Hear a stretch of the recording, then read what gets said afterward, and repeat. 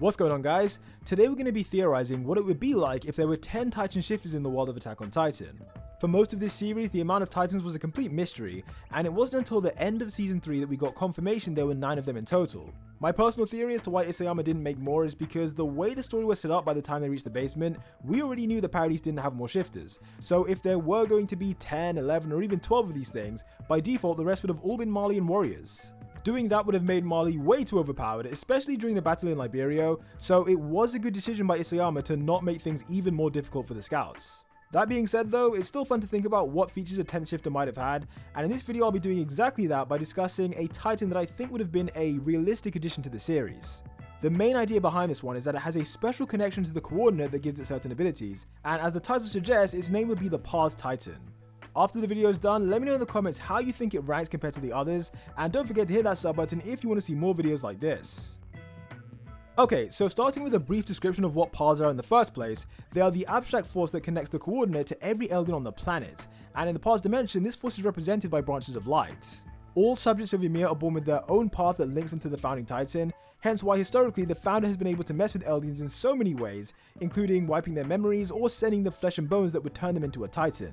Besides this, very few shifters can interfere with Paradis or the Paradis dimension, so if a 10th one existed, that is pretty much exactly what it would do. Standing at 15 meters tall, I imagine the Paradis Titan would be mostly covered in a thin protective shell of hardening, with its most distinctive feature being its mask. This mask would remain in place most of the time unless the shifter is about to scream, at which point it can be detached, similar to how Reiner can selectively unharden parts of the armored Titan. Over the years, we've seen that screaming can be used for different purposes, and for the Paradis Titan it would have 2 screams that would be its most important abilities.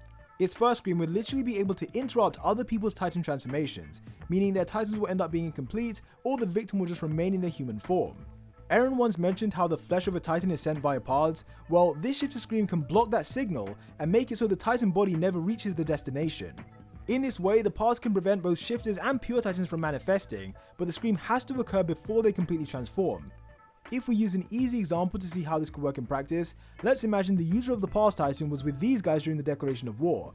In that scenario, it would not have been able to stop Eren's first transformation, since it didn't know it was about to happen, and if it did scream, it likely would have been way too late. What it could do though is prevent Eren from transforming a second or third time, which is what he did in the main series, and by doing this, the Attack Titan would at best only partially manifest. A royal-blooded founder is the only shifter who would be unaffected by this ability, but for everyone else, including royals like Zeke, there's nothing they can do to get around this. Moving on to the Paradis Titan's second scream, this one would be a twist on the ability to create pure Titans, as it has a big benefit but also a big cost at the same time. The benefit is that any Eldian within range of the scream can be turned into a pure Titan without the need to first consume spinal fluid. If we look at the main series, whenever Zeke wanted to make pure Titans, he needed to make sure they first ingested his spinal fluid in some form, because that fluid is what connected them to the Beast Titan. When it comes to the Paradis Titan though, it doesn't have to do this because it has a special connection to the coordinate, which by proxy implies it has a faint connection to every Eldian as well. Ultimately what that means is that Eldians within range of the scream will be turned into mindless Titans, with Ackermans and other shifters being the only ones who are naturally immune. The pure Titans that are created can then be controlled depending on if the user of the Paradis Titan has royal blood, and this is where we come to the downsides. If a person without royal blood has this shifter, then number 1, the Titans they create will try to kill them, and number 2, they have no control over which Eldians will be turned into pure Titans. What that second point means is that if a regular Eldian uses this shifter, the scream will indiscriminately Titanize everyone in the area, including any Eldian friends they have who might happen to be nearby. This effect also can't be undone by the Paradis Titan's first scream, as like I said, that power doesn't work after a transformation is already complete. Now, on the other hand, if the Paradis Titan is held by someone of royal blood, they can select which people they don't want to be transformed, and any pure Titans they make will automatically follow their instructions. Other powers of this shifter include the ability to summon one Eldian to the Paradis dimension, regardless of where that person might be in the real world.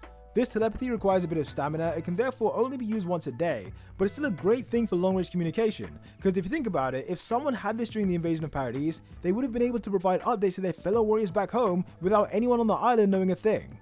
On a separate note, as many of you know, time passes a lot differently in the Paradis dimension, so what might feel like hours or even days in there might only be equivalent to a few seconds in reality. This not only means that the Paradis Titan can have long conversations with someone else, but in theory they could also use this power to temporarily confuse their enemies. As an example, let's say Mikasa was about to attack the shifter, but as she gets closer her mind is sent to the Paradis dimension for what feels like hours. By the time she comes back to reality, she'll be heavily disorientated, and likely won't follow through with what she was about to do. In this way, this tactic could very effectively be used to throw people off their game, but like I said, it can only be used once a day. I should probably also mention that despite being connected to every Eldian, the Past Titan is not able to manipulate memories in any way, but rather is forced to see the memories of every pure Titan it touches. I consider this to be more of a curse than a blessing, as by making physical contact, the Past Titan has no choice but to see flashes of what their life used to be. There's nothing it can do to help them besides that, as it can't turn them back into a human once they're already transformed. So it's basically like being forced to watch a really sad movie whenever it happens to touch a mindless Titan.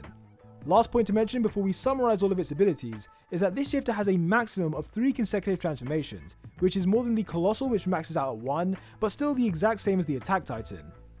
Anyway, in summary, the Past Titan has 2 distinct screams, one that prevents the transformation of other Titans, and another that creates Titans without the need for spinal fluid injections.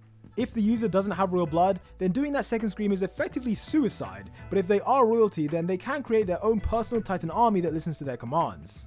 Once a day, the shifter can also summon one Eldian to the past dimension, which is useful for both confusing opponents and for long-range communication.